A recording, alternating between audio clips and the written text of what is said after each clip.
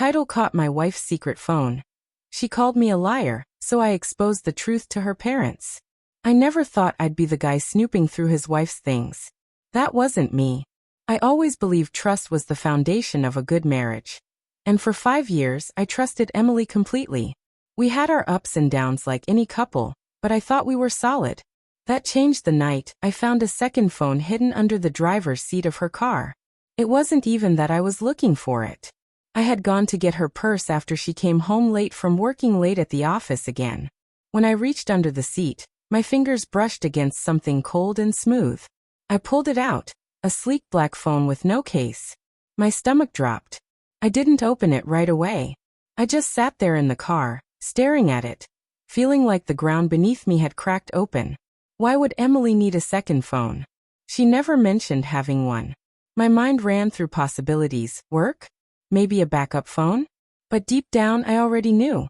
When I walked into the house, she was in the kitchen, casually scrolling on her regular phone. She looked up and smiled. "Hey babe. What's up?" I held up the second phone. "Want to explain this?" Her expression shifted in an instant. First shock, then irritation, then a defensive glare. "That's not mine."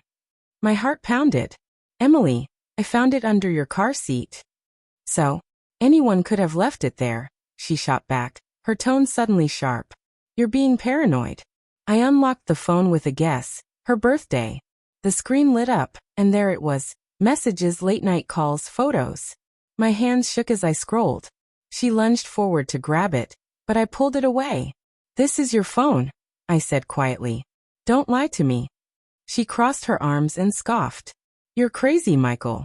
You're making things up in your head. You're just looking for reasons to fight with me." That's when I realized something important. She wasn't going to admit anything.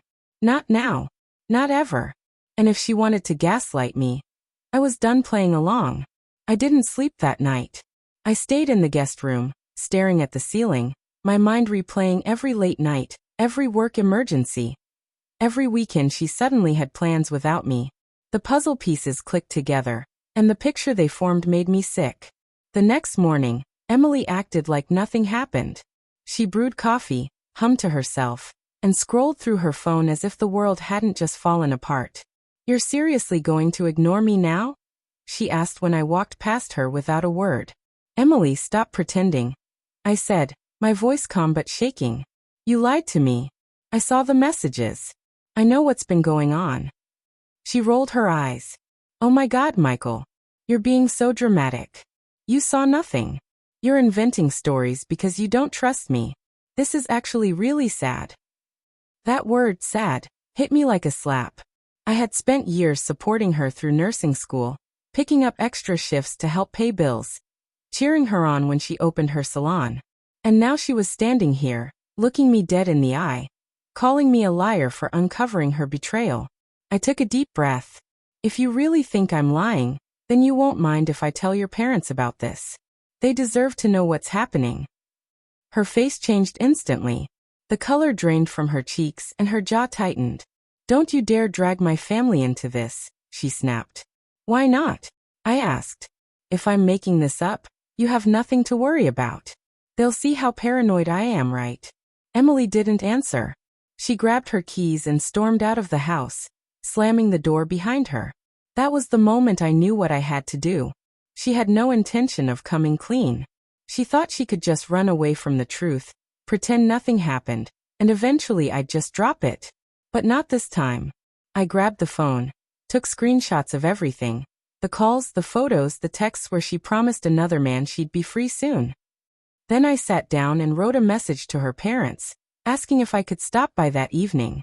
I wasn't sure what hurt worse, the betrayal itself, or the fact that she still thought she could twist this around on me. That evening, I drove to her parents' house with my hands gripping the steering wheel so tightly they ached. I had rehearsed what I would say a dozen times, but my heart still pounded as I rang the bell. Her mom, Linda, opened the door with her usual warm smile. "Michael, this is a surprise. Come in, sweetheart." Emily was already there, sitting stiffly on the couch. Her arms were crossed, her face carefully blank, but her eyes flashed with warning. "Michael, what's going on?" her father, Dan, asked as he entered the room. I took a deep breath and sat down. I didn't want to have this conversation, but I feel like I have no choice. Emily has been lying to me. She's been seeing someone behind my back, and when I confronted her, she called me a liar. Emily shot up from the couch. That's not true. He's making this up because he's insecure. I stayed calm. I pulled out my phone and handed it to her father. These are screenshots from the phone I found hidden in her car. You can read them for yourself. The room fell silent as Dan scrolled through the messages. Linda put her hand over her mouth, tears welling up.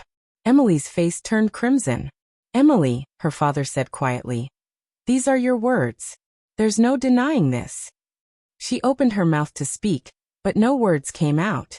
For once there were no excuses, no deflections. Just silence. I tried to handle this privately, I said, my voice steady now. But when she refused to admit anything and made me out to be crazy, I realized I couldn't keep carrying this alone. I love this family too much to lie about what's happening. Emily sank back onto the couch, burying her face in her hands. Her parents sat in shock, the air heavy with disappointment. I'm going to stay at my brother's for a while, I said as I stood. Emily, if you ever decide to be honest, you know where to find me. But until then, I can't live like this. I walked out of that house feeling strangely calm. For the first time in weeks, I wasn't doubting myself. I hadn't just exposed the truth to her parents. I had reminded myself that I wasn't crazy, and that I deserved better than lies.